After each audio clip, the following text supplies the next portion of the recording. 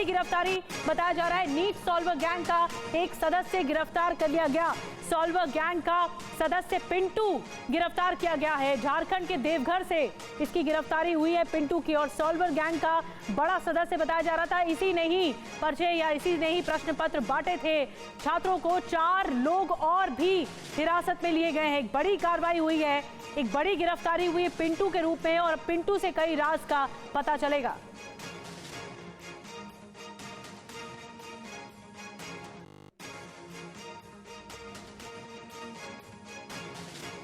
तो TV9 भारतवर्ष की ये मुहिम है जो लगातार जारी है। एक के बाद एक कई खुलासे TV9 ने आपके सामने किए हैं और जिसका असर भी हुआ है। सवाल ये है कि छात्रों का गुनहगार कौन है? क्या नए कानून से पेपर लीक पर नकेल लगेगी जो लेकर आई है केंद्र सरकार? उदाहरण से अब आपको समझाते हैं। नीट का जो पेपर लीक हुआ, 24 लाख छात्र प्रभावित हुए। यूजीसी नेट की परीक्षा रद्द हुई, कैंसिल हुई। करीब 9 लाख छात्र इससे भी प्रभावित हुए। कल CSIR नेट की परीक्षा रद्द की गई, कैंसिल की गई, जिससे 2 लाख छात्रों पर बड़ा असर पड़ा है। बिहार में TT की परीक्षा रद्द कर दी गई। 12 जून को NCET की परीक्षा उसी दिन रद्द कर दी गई। 29,000 परीक्षार्थी थे जिस पर असर पड़ा है। तो बड़ी खबर यह है कि देश में एंटी पेपर लीक कानून लागू कर दिया गया है। अब इसका बड़ा असर देखने को मिलेगा। भर्ती परीक्षाओं में नकल रोकने के लिए, नकल पर नकेल कसने के लिए ये सख्त कानून लाया गया है। पेपर लीक करने पर 10 साल तक की सजा है। इस कानून में 1 करोड़ तक का जुर्माना भी लगेगा अपराधी पर।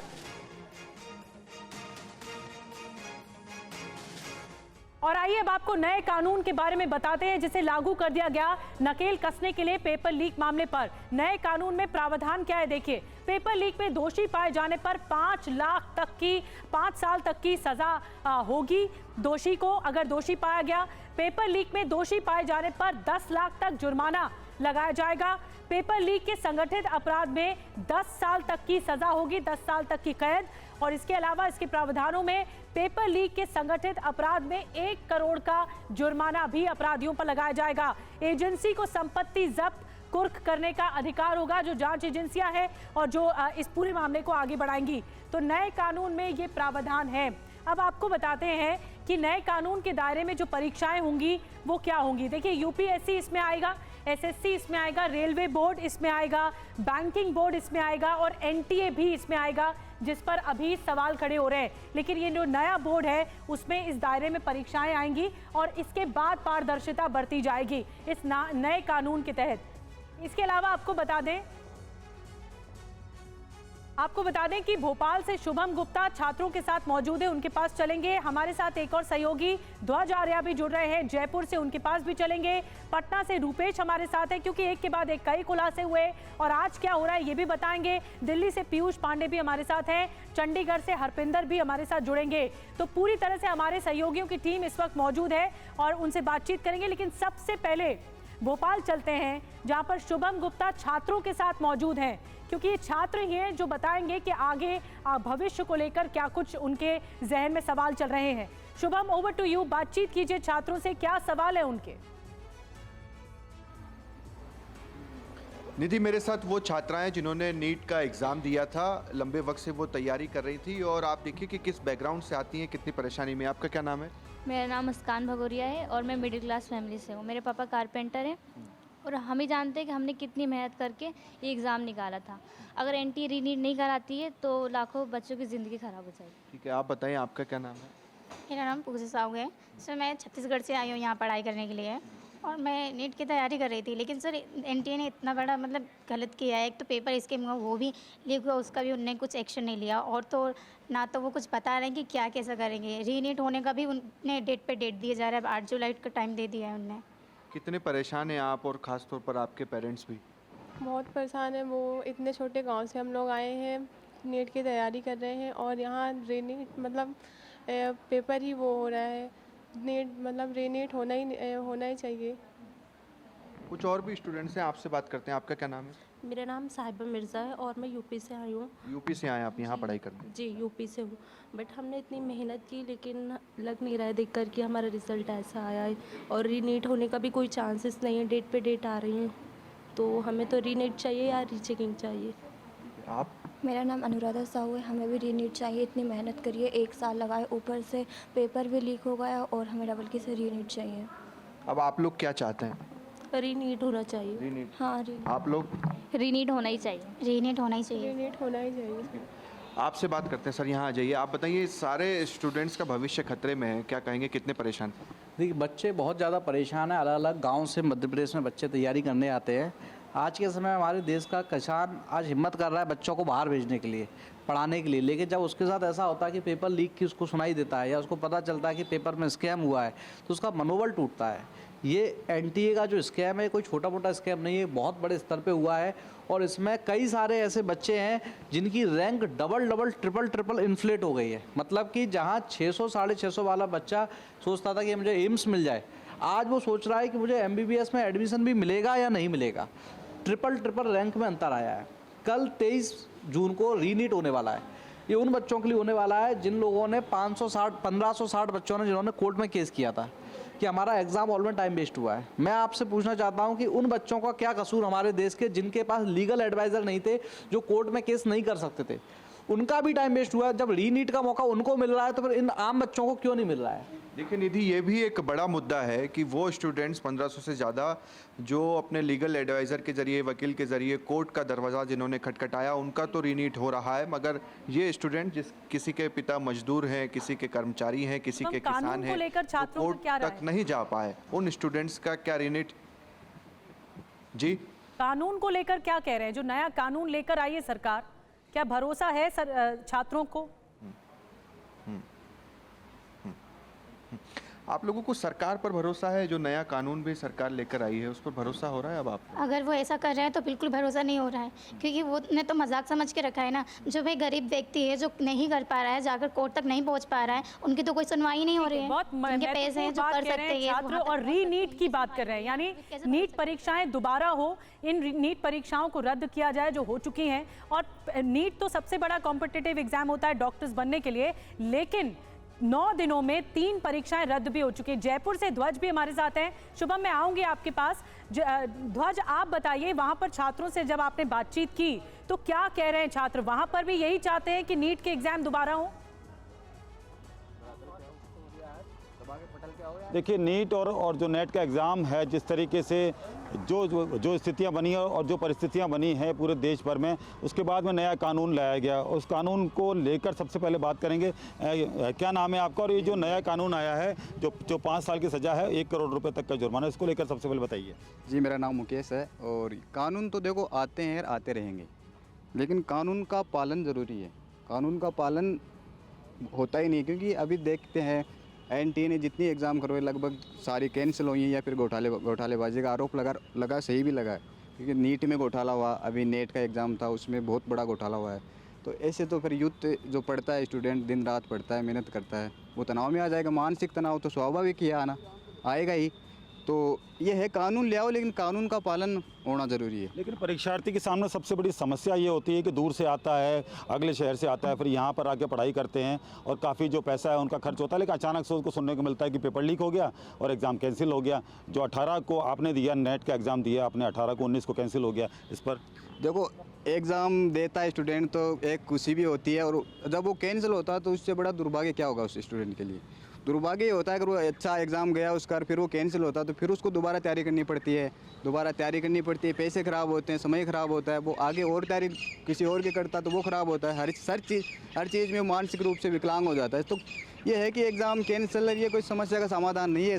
बात ये है कि एग्ज़ाम ही सही कंडक्ट होने चाहिए, पारदर्शी कंडक्ट होने चाहिए, यानी कि स्थायी समाधान होना चाहिए। आपका क्या नाम है और क्या कहना है आपको इस बारे में? नया कानून भी आ गया आपको? सर, मैं आशीष माहौर और कॉमर्स से मैंने नेट दिया था इस बार। नेट 18 जून को मैंने दिया और 19 तारीख को जब मैंने रात को ट्विटर देखा तो उसमें नेट की साइट पे आ रखा था कि आपका परीक्षा रद्द कर दी गई है। तो बड़ी दुख की बात हुई मुझे कि मैं पिछले 6 महीने से तैयारी कर रहा था इसको लेकर, और नेट एग्ज़ाम फिर रद्द हो गया। आपके जो पेरेंट्स हैं, क्या जवाब दिया आपको उन्होंने?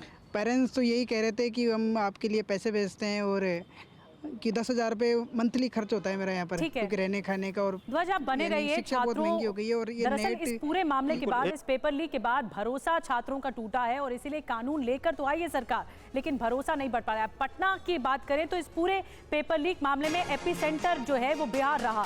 बड़ी खबर आपको बता दें, फिर रुपेश के पास चलेंगे, जहां छात्रों को सवाल रटवाए गए। जो ये सॉल्वर गैंग था, इसे जहां छात्रों को सवाल रटवाए गए, वहां तक TV9 भारतवर्ष पहुंच गया है। रुपेश कुमार वहीं पर मौजूद हैं, एक्सक्लूसिव रिपोर्ट बता रहे हैं Rupesh. Rupesh, over to you. वहां पर आप मौजूद हैं जहां पर रटवाए गए थे छात्रों को सवाल। देखिए, TV9 भारतवर्ष ने वो हर एक जगह दिखलाई है जहां पर ये पूरा कांड हुआ है, जहां पर पूरी साजिश रची गई, जहां पर छात्रों को रखा गया, जिसे सेफ हाउस कहा गया, जो NH का जो गेस्ट हाउस था, जहां पर पूरा कनेक्शन TV9 भारतवर्ष ने खुलासा किया। और TV9 भारतवर्ष ही वो पहला चैनल है जो सिर्फ जिक्र में जिसकी चर्चा हुई कि लर्न प्ले स्कूल, जो सेफ हाउस जिसे नाम दिया गया, कि यहीं पर 4 और 5 मई की रात को यहाँ पर 20 से 25 छात्रों को यहाँ पर रखा गया, यहीं पर उन्हें प्रश्न पत्र दिए गए, यहीं पे आंसर दिया गया और यहीं पर पूरी रात जिन्हें रटवाया गया। और यहीं से चिंटू पिंटू ने सबसे पहले चिंटू के मोबाइल पर, उसके व्हाट्सएप पर यहाँ पर आया था और यहीं प्रिंट निकाल कर पूरा इलाका एक बार आपको दिखलाते हैं कि कितना वीरान ये इलाका है, सड़कें तक नहीं है। पटना का आउटर इलाका, जहां पर कुछ मकान बन रहे हैं, सिर्फ बनते हुए मकान, कुछ अंडर कंस्ट्रक्शन बिल्डिंग आपको दिखेंगे, लेकिन रहने वाले शायद ही कहीं नज़र आए हैं। कोई प्रत्यक्षदर्शी तक अभी यहां तक नज़र नहीं आया है। यानी कि यहां अगर इस लर्न प्ले स्कूल, अगर यहां पर महीनों तक कोई अवैध काम हो तो किसी को कानों कान कोई खबर तक नहीं होगी। अंदर आप देखिए, हालांकि ऊपरी तल्ले पर मैंने देखा कि AC भी लगाया हुआ है, दोनों में बड़े बड़े ताले लगे हुए हैं, 2 गेट हैं। यहाँ पर एक learn play school, learn boys hostel और एक लर्न प्ले स्कूल, और ऊपरी तल्ले पे ऐसा लगता है जैसे कोई रहता है। लेकिन ये जो मकान है, ये प्रभात रंजन मुखिया, जो नगर नौसा, जहाँ का संजीव मुखिया रहने वाला है, नालंदा का, नगर नौसा के ठीक बगल में दनियावा है और दनियावा का ही रहने वाला ये प्रभात रंजन, जो प्रभात रंजन का ये मकान है। लेकिन एक व्यक्ति मुझे मिला था जो इसी रास्ते से होकर आगे वो अगले मकान में कुछ पिछले 1.5 वर्षों से रह रहे हैं किराए पर। उन्होंने बतलाया कि ये स्कूल पिछले 1.5 वर्षों से कभी भी खुला हुआ नहीं देखा गया है, कि स्कूल नाम का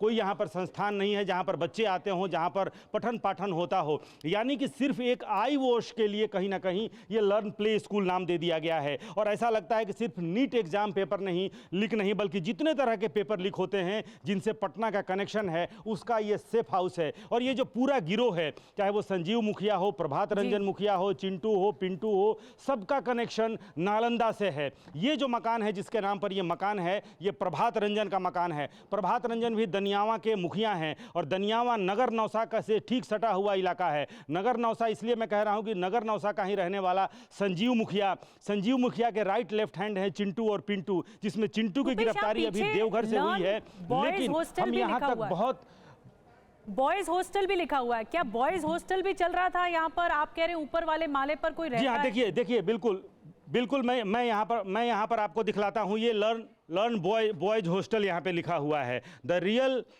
homely atmosphere, learn play school, A complete solution of your kids, learn boys hostel. ये लर्न बॉयज हॉस्टल जिसका शायद ये दरवाज़ा है और ये लर्न प्ले स्कूल का ये दरवाज़ा।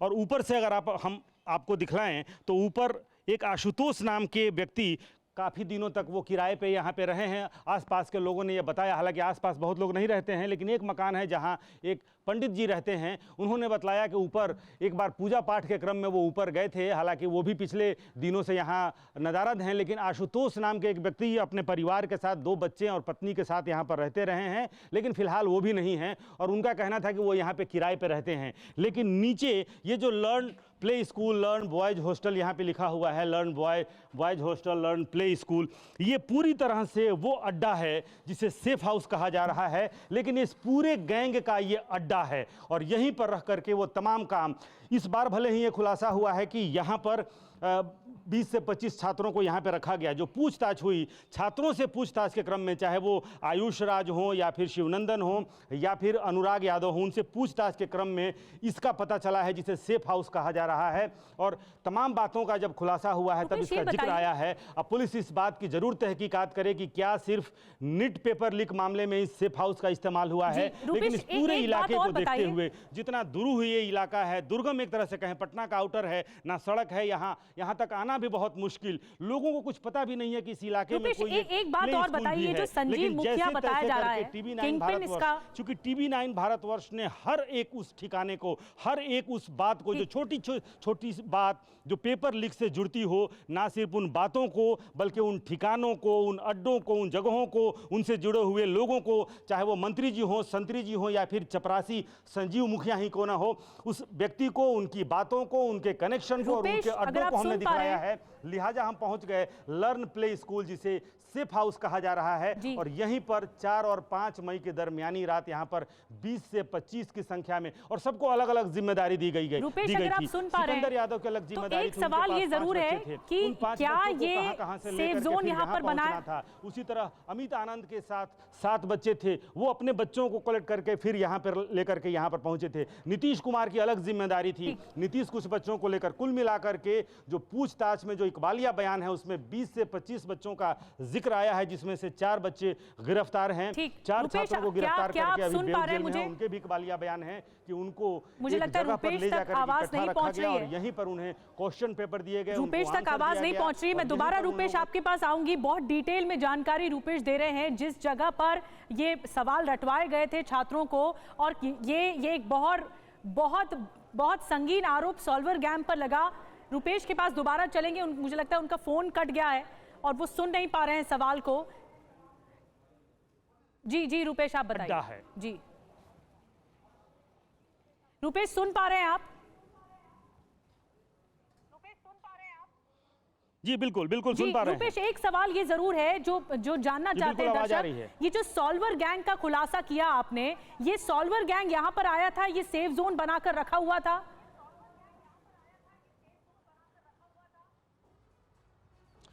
जी हाँ, देखिए बिल्कुल सॉल्वर गैंग यहाँ आया था और सॉल्वर गैंग का ये अड्डा है। और यहाँ पर जो बातें सामने आई हैं, चिंटू पिंटू यहाँ पर पहले से मौजूद थे।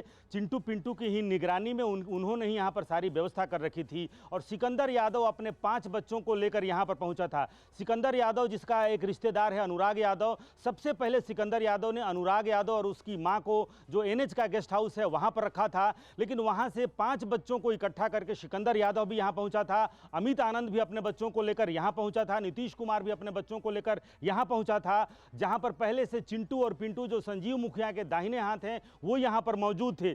सारे बच्चों को यहां पे रखा गया। रखने के बाद से 9:30 बजे के आसपास रात में चिंटू के मोबाइल पर व्हाट्सएप पर प्रश्न पत्र आते हैं और उसके पहले सारे बच्चे यहां पर पहुंच गए थे। सॉल्वर गैंग के जो सदस्य हैं, जो बच्चों को लेकर आए थे, आपको रोक रही हूं रुपेश, मैं आपके पास दोबारा आ रही हूं। मैं दोबारा आ रही हूं। एक ब्रेकिंग बता दें जल्दी से, पटना लर्न हॉस्टल में सॉल्वर गैंग का अड्डा था। रुपेश बड़ी जानकारी दे रहे हैं। 4 मई को 20 से 25 छात्र यहां पर ठहराए गए थे परीक्षाओं से पहले, नीट परीक्षा से पहले, और छात्रों को सवाल जवाब याद करवाए गए थे। रुपेश, बहुत महत्वपूर्ण जानकारी आप दे रहे हैं कि पूरा अड्डा बना के रखा था। सभी सॉल्वर गैंग के सदस्य अपने अपने छात्रों को यहां पर लेकर आ रहे थे।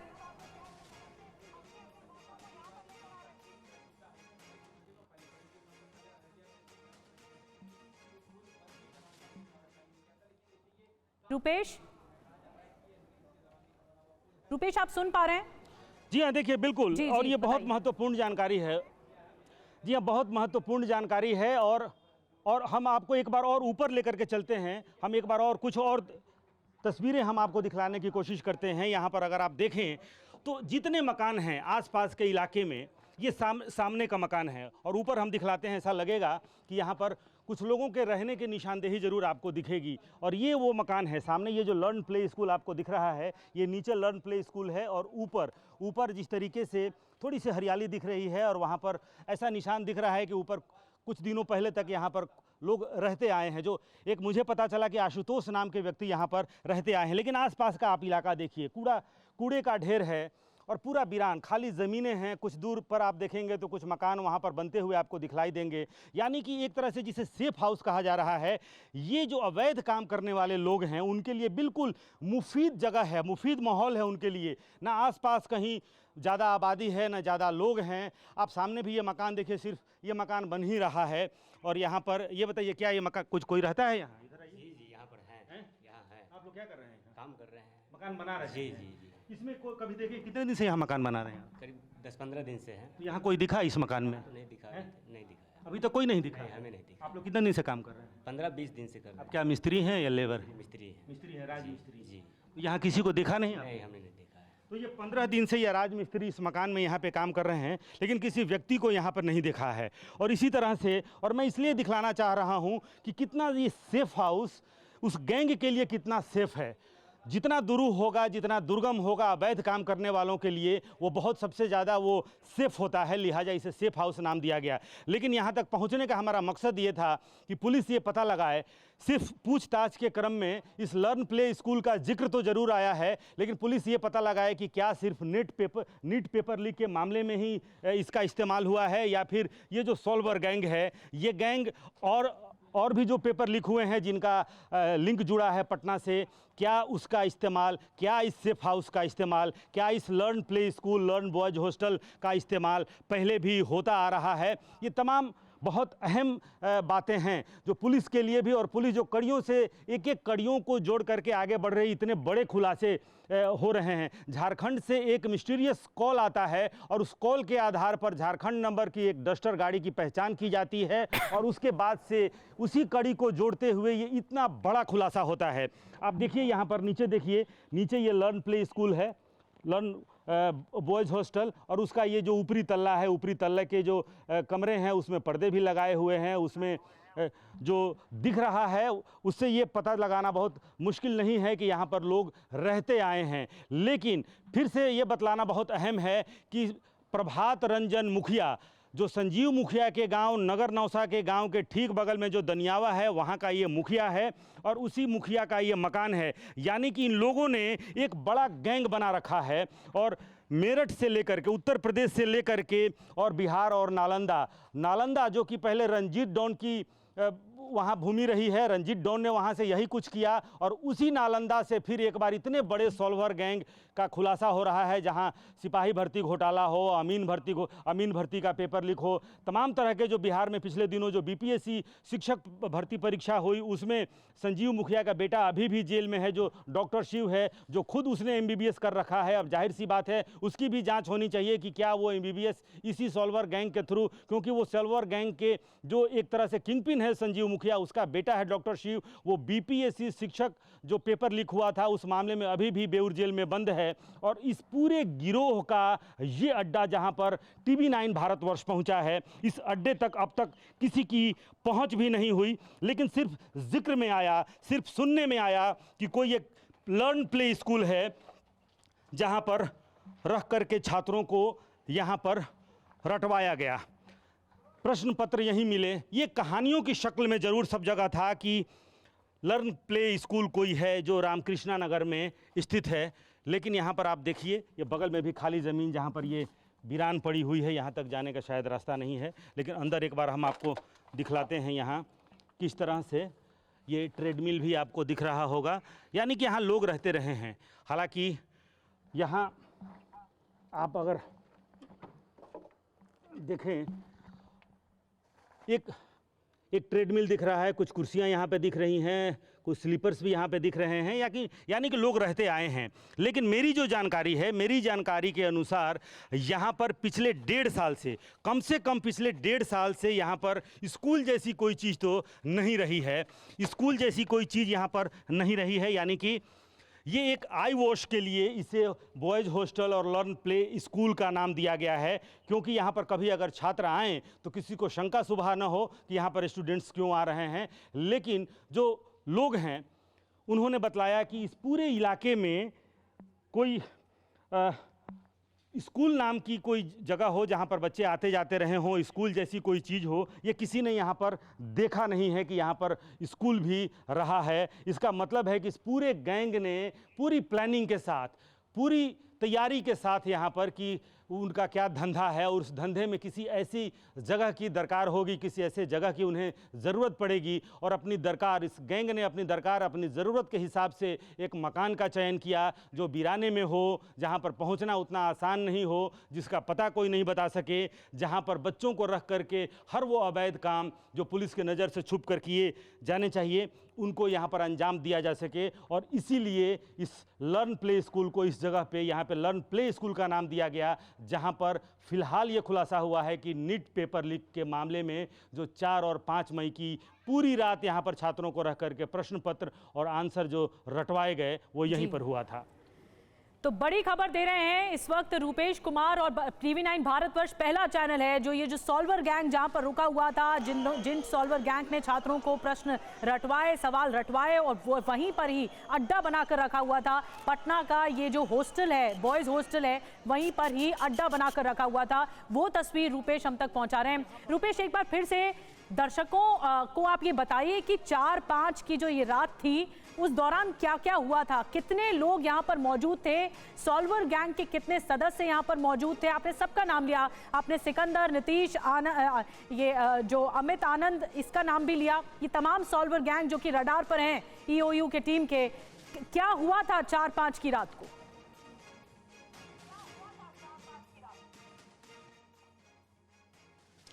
देखिए, बिल्कुल 4-5 की रात सिकंदर जो है सबसे पहले गिरफ्तार होने वाला है। सिकंदर, झारखंड से एक फ़ोन कॉल आता है और उसी फ़ोन कॉल के आधार पर पुलिस को ये इनपुट मिलता है कि एक झारखंड नंबर की वाइट डस्टर गाड़ी पटना में घूम रही है, जो सॉल्वर गैंग को ऐसा लगता है कि उसने पेपर लीक किया है। और एक छोटा सा इनपुट, एक मिस्टीरियस कॉल जो एक इनपुट मिलता है पटना पुलिस को, और उसके आधार पर राजवंशी नगर के पास उस गाड़ी को पकड़ा जाता है और उसी गाड़ी में मिलता है सिकंदर। सिकंदर के साथ मिलता है अभिषेक, और अभिषेक के साथ ड्राइवर के रूप में बिट्टू जो रोहतास का रहने वाला है। इन 3 लोगों की गिरफ्तारी होती है और इन्हीं 3 लोगों के साथ जो गाड़ी है, उस गाड़ी के अंदर कई एडमिट कार्ड मिलते हैं। छात्रों के एडमिट कार्ड की जीरोक्स कॉपी उसमें मिलती है और उसके बाद से पुलिस के कान खड़े होते हैं और सभी कड़ियों को जोड़ा जाता है और उसके बाद से ये पता चलता है कि कहाँ बच्चों को रखा गया, बच्चे फिलहाल कहाँ एग्जामिनेशन दे रहे हैं।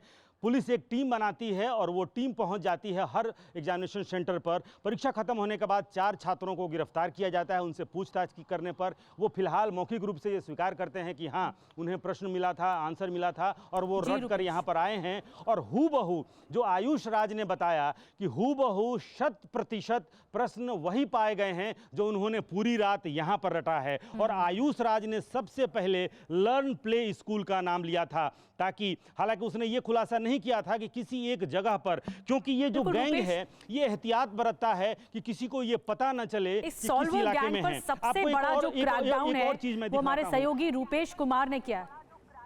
जो सबसे बड़ा क्रैकडाउन है, सबसे बड़ा खुलासा है, वो रूपेश कुमार लगातार कर रहे हैं। एक एक करके बड़े खुलासे TV9 ने आपके सामने किए हैं। एक तरह से बिहार का ये पटना एपिसेंटर बन गया पेपर लीक मामले में। नीट से दरअसल ये मामला शुरू हुआ और क्रेडिबिलिटी पर, एग्जाम्स की क्रेडिबिलिटी पर सवाल खड़े हुए। मैं जल्दी से हरपिंदर के पास चलूंगी। मैं आऊंगी रूपेश आपके पास। चंडीगढ़ से हरपिंदर है और कुछ छात्र भी उनके साथ मौजूद हैं। हरपिंदर, अगर आप बात कर पाए तो छात्रों की इस वक्त टेंशन क्या है, क्या इस वक्त छात्र चाहते हैं? जी देखिए, बिल्कुल मैं इस समय पंजाब यूनिवर्सिटी में मौजूद हूँ, जहाँ पे पंजाब, हरियाणा, हिमाचल और आसपास के राज्यों के जहाँ स्टूडेंट्स आते हैं। कुछ स्टूडेंट्स मेरे साथ हैं जिन्होंने नेट का पेपर दिया था जो 18 को हुआ था और 19 को उसे रद्द कर दिया गया था। कुछ स्टूडेंट हैं, पहले इनसे बात करते हैं कि इनका क्या कहना है, कितनी तैयारी थी। नाम क्या है आपका? मेरा नाम हिम्मत है जी, और पिछले 1.5 साल से हम नेट के पेपर की तैयारी कर रहे थे। ऐसे इस बार उम्मीद थी कि तैयारी है और अगर हम नेट का पेपर क्लियर कर लेंगे और अच्छा भविष्य, हमारा फ्यूचर अच्छा बनेगा। पर क्या करते हैं कि वैसे ही जैसे पिछले समय में देखा कि नीट के एग्ज़ाम को कैंसिल कर दिया गया, विद्यार्थी तो उसके सदमे से ही नहीं बाहर आए थे। तो उसके बाद अब पता लगता है कि कोई दूर दूर के राज्यों से, जैसे हमारे पास इन्फॉर्मेशन आती है हिमाचल के कांगड़ा से इधर 44 सेक्टर पेपर देने आ रहे हैं, कोई बठिंडा से आया, कोई मानसा से। अभी वो घर वापस ही पहुंचे थे, रास्ते में उनको खबर आती है कि पेपर कैंसिल हो गया। अच्छा, जब आपका पेपर कैंसिल हुआ आपको कैसा लगा? क्या आपने उस समय सोचा कि इतने समय से तैयारी कर रहे थे और अचानक से पेपर की रद्द होने की आपको खबर मिलती है? मतलब 1.5 साल से तैयारी चल रही थी और अब जब हमने उम्मीद थी कि इस बार पेपर क्लियर होगा और इसके बाद आगे अच्छी रिसर्च करेंगे, यूनिवर्सिटी को भी अच्छी रिसर्च देकर जाएंगे और भी उम्मीदें थी कि अगर हम पेपर क्लियर होता है हमारा और जो फाइनेंशियल हमारी दिक्कतें हैं वो भी अच्छी बेहतर होंगी और एक समाज को भी हम एक अच्छी देन दे पाएंगे। मतलब बहुत इनको फाइनेंशियली भी देखिए टेंशन हुई थी, कुछ और स्टूडेंट भी हैं, इन्होंने भी एग्ज़ाम दिया था, नेट का एग्ज़ाम दिया था। आपको क्या लगा जब पेपर अचानक रद्द हो जाता है? इतनी तैयारी आपने कर रखी थी और परिवार वालों से क्या बातचीत हुई, क्या उन्होंने फिर कहा? देखो, उम्मीदें तो बहुत थी कि नेट का एग्ज़ाम दे रहे हैं और आगे रिसर्च। उम्मीदें बहुत थी, उम्मीदें टूटी हैं छात्रों की और छात्रों का भरोसा दरअसल टूटा है। नेट यूजीसी का जो पेपर दे रहे थे, जो कैंसिल की गई परीक्षा है, उनके छात्रों को आप सुन रहे थे। छात्रों की आवाज़ TV9 आप तक पहुंचा रहा है। पीयूष के पास जल्दी से मैं जाऊंगी, अर्पिंदर आऊंगी आपके पास। पीयूष, क्योंकि इस पूरे कॉम्पिटिटिव एग्जाम्स की जो भर्ती परीक्षाएं होती हैं उनकी क्रेडिबिलिटी पर सवाल उठा है। बेशक सरकार की तरफ से नया कानून आ गया, अब कानून को आगे बढ़ाने को लेकर भी सवाल है, लेकिन अब आपको क्या लगता है कि इस मामले में कैसे सरकार आगे बढ़ रही है? बिल्कुल, देखिए निधि, इस मामले में अहम बात यह है कि ये स्पेशल एक्ट सरकार लेकर के आई है। सार्वजनिक परीक्षा अनुचित साधनों की रोकथाम से संबंधित जो कानून है, अब इस मामले में देखने वाली बात यह है कि ये स्पेसिफिक कानून है और चाहे सिकंदर हो या कलंदर हो या फिर मंत्री हो या संतरी हो, सभी इसके दायरे में आएंगे, क्योंकि आप इसमें स्पेसिफिक सारी चीज़ें की गई हैं, चाहे नकल हो या सेंटर फिक्सिंग हो या फिर पेपर लीक हो, संगठित अपराध हो या किसी एक व्यक्ति द्वारा कराई गई नकल हो, सभी को इसके प्रोविजंस के तहत रखा गया है। 3 साल से लेकर के 10 साल तक की कड़ी सज़ा है, संज्ञेय अपराध है और 10 लाख से 1 करोड़ रुपए तक का जुर्माना भी इसमें प्रोवाइज किया गया है। तो अहम बात यह है कि सरकार इस मामले में काफ़ी गंभीर है। शिक्षा मंत्री स्पष्ट तौर पर कह चुके हैं कि किसी भी दोषी को बख्शा नहीं जाएगा। हालांकि जांच इस मामले में चल रही है, राज्यों की पुलिस कर रही है और ख़ास तौर पर पटना पुलिस, ख़ास तौर पर बिहार पुलिस ने जो काम किया है वो बहुत सराहनीय है। इस मामले में तमाम याचिकाएं, 1.5 दर्जन से ज़्यादा याचिकाएं जो छात्रों, कोचिंग संचालकों और अन्य की ओर से सुप्रीम कोर्ट में भी पहुंच चुकी हैं और 8 जुलाई को उस मामले पर सुनवाई भी होगी। तो इस मामले में विभिन्न स्तरों पर मामला सुप्रीम कोर्ट पहुँच चुका है, केंद्र सरकार भी इस पर पूरी तरह से निगरानी रख रही है।